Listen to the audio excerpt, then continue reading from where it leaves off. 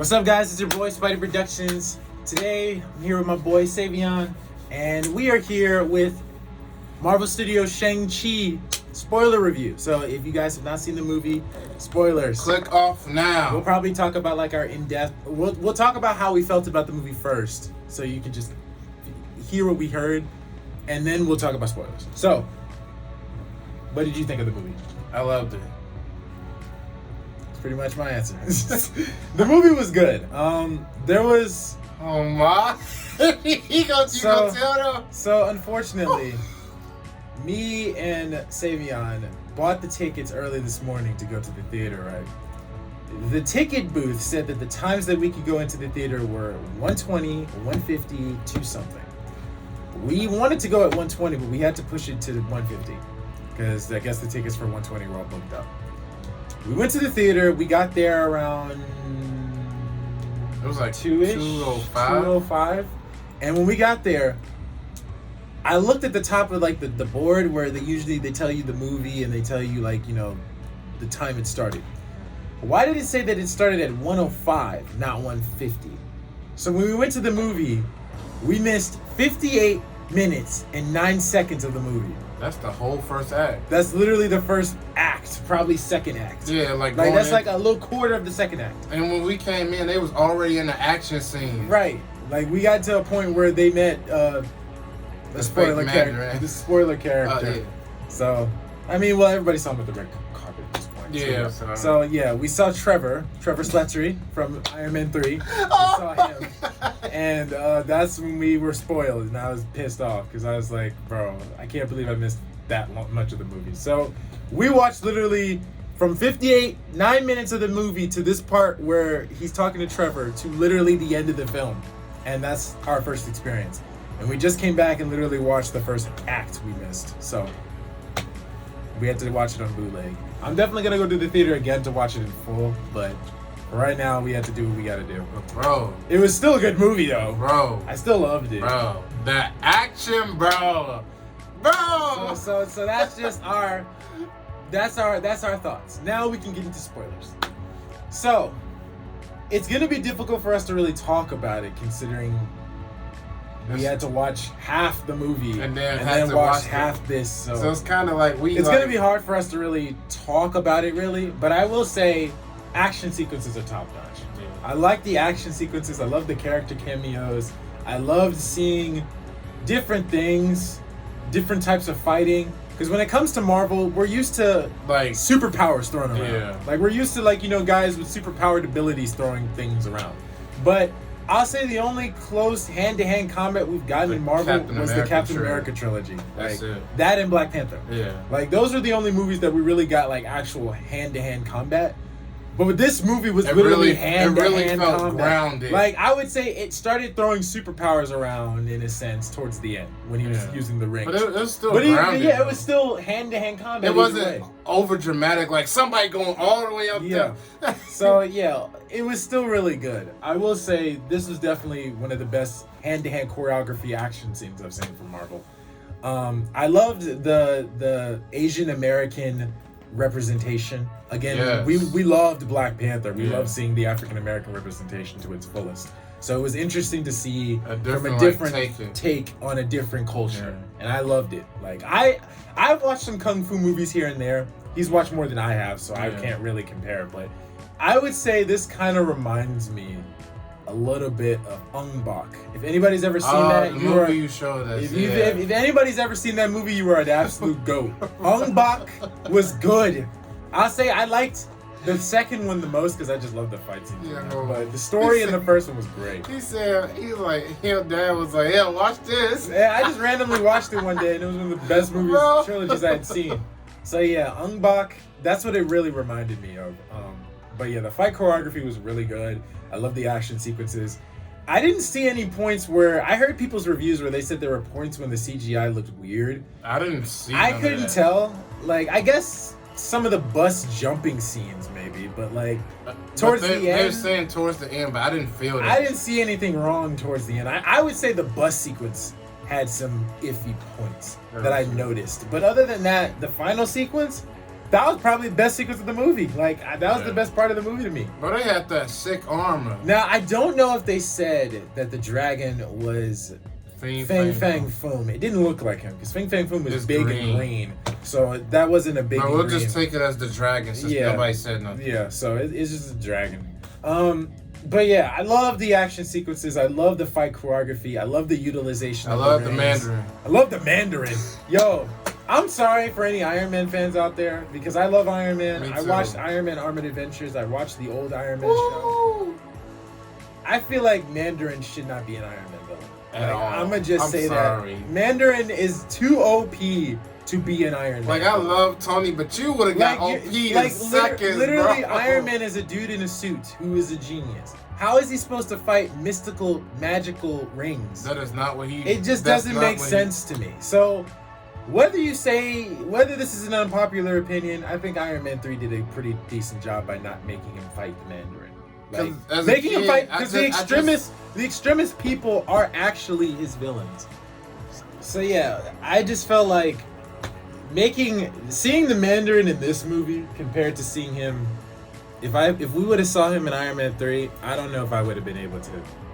I always thought he just was too OP, even as a kid. Yeah, like I just like if any of you true Marvel fans have seen Iron Man Armored Adventures, or even Iron Man, like Iron Man Armored Adventures was like the best looking version of Mandarin. Yeah, his armored for suit. Sure. But when he was with the 10 rings, Iron Man could barely lay a finger on him. Yep. And there were times where he won, but it was really weird. It just didn't feel right sometimes. But he was like, man, I give up. They basically said the reason that he couldn't beat him was because he didn't have all 10 rings. He only had 5. Damn. But I guess, I don't know. But yeah, I just felt like Mandarin should not be an Iron Man villain. Like, the extremist people were good enough Iron Man villains. Like, they were Iron Man villains that made sense.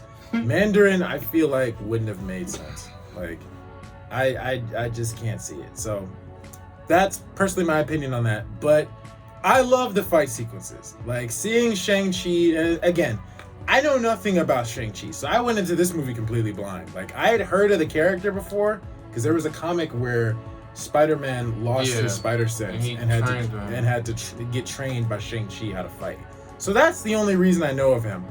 Other than that, I had no idea who he was, what he was about, what powers he had, if he had any, or I didn't know anything. So I went into this movie completely blind.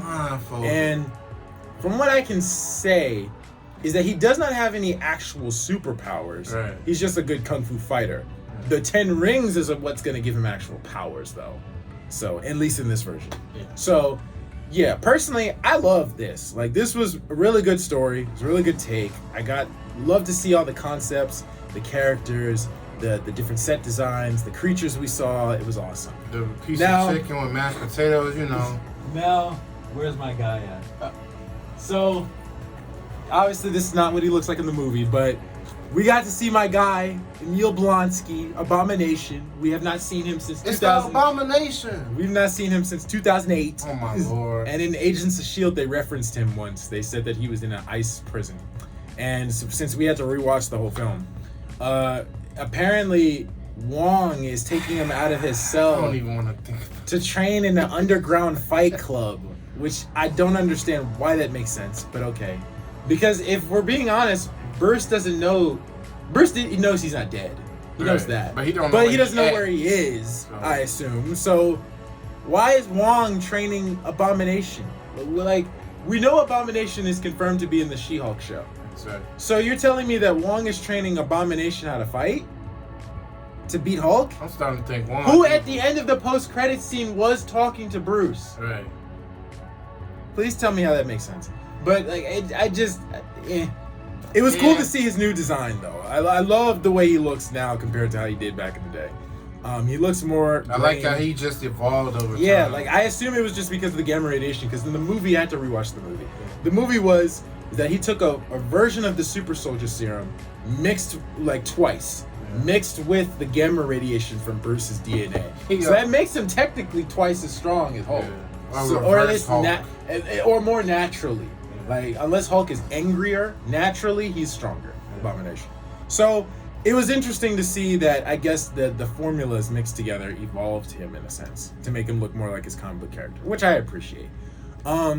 And then we got to see, you know, Trevor. And then at the end of the post-credit scene, spoilers. Spoiler alert. We see Shang-Chi meet up with Wong, and they're talking to Carol and Bruce about the origins of the Ten Rings. I don't remember if they said who created them. They said they had no idea. Yeah. But they said it was older than how old the Mandarin was, which I figured makes sense. So at this point, they said it sent out a beacon to someone. So I'm curious as to who this beacon was. And then the other post-credit scene was seeing his sister lead the Ten Rings. So, overall, I love the movie. I heard some people say that they felt like the Mandarin's death was a bit bland. Or I don't know if it was bland, but they said it was like it wasn't as impactful as they hoped it would be. I guess because, you know, the Mandarin realized that, or Wenwu is his name, realized that, you know, at the end of the day, he did all that to save his. I'm sorry, guys. So he did all that to basically save his wife, and he realized that at the end of the day that he couldn't do that. So. I just it was interesting. How impactful they wanted to be. Yeah, like I mean, maybe they just wanted him to be just a generic bad guy. I don't like generic. Like an evil bad guy to the core. That's everybody's opinion. I mean, I feel like the Mandarin isn't as OP or as powerful as Thanos. Right. But I will say they both have very powerful tools. No, they both have very evil intentions. Like they're just evil. Like. There's no reasoning with those type of characters. So I can understand from people's point of view, like, yeah, there's no reasoning with the Mandarin. The Mandarin's been doing this for thousands of years. You really think his kids, who he's just going to have in one century, that he could have in any other century, is going to change his mind? So yeah, I can see that. But, like, I mean, it's better that than a generic bad guy who's just bad. Who just want to end the world because he wants to. Like, we've had plenty of that in the MCU. Oh my lord! Let's just move on to something else. But overall, I love the movie. Unfortunately, we saw it in a very fucked up way. But it did not take away the fact that I still enjoyed this. Now we just have to hope for, I think the next movies are Eternals. Jack Kirby! Woo! Eternals comes out in November. Venom, if not delayed, comes out in October. And then you know what's the appetite? The full course meal. Spider-Man No Way Home comes out in December. So we're going to be eating good this year. So we will definitely be doing right around Christmas that time too. Yeah, it's 17th. That's like the week before Christmas, I think. Yeah, it's like the week before. So I believe it is. Just be sure. Yep, it's the week before. So that's going to be Friday. So yeah, we're gonna hang out that whole week. So we definitely gonna be watching that. So guys, I hope you enjoyed our review of Marvel's Studios' Shang-Chi and the Legends of the Ten Rings. Even though we saw it in a fucked up format, I loved it. Oh, I loved it. So yeah, we loved it. I appreciate anybody else's thoughts and opinions down in the comments down below. What you guys thought of this movie.